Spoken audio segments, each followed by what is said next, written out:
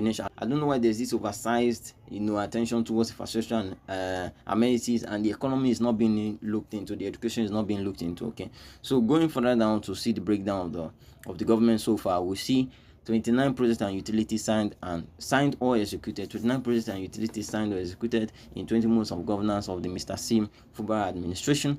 And this breaks down to about 1.45 projects and utilities per month out of an expected 2. So what we're saying is that out of 2 projects and utilities expected every month from a governor, Mr. Sim Fubara has signed or executed 1.45 in his 20 months of governance. So this is quite impressive.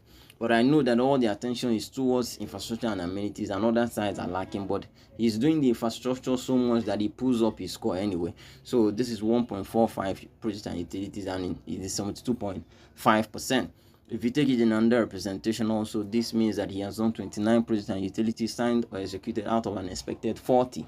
Okay, out of an expected 40, he has been able to deliver or at least sign or begin 29, and the score is still 72.5. okay, so 72.5 is quite an impressive score, I must say, even if it is directed too much to one angle and the rest are suffering. So this is a score in 20 months of governance. We hope that priorities will be shifted to these other parts also, economy and education. These things are important. You don't overlook them if you're looking to build a very, very solid state and a solid society. You cannot overlook the economy and the education. These things, the government can do them.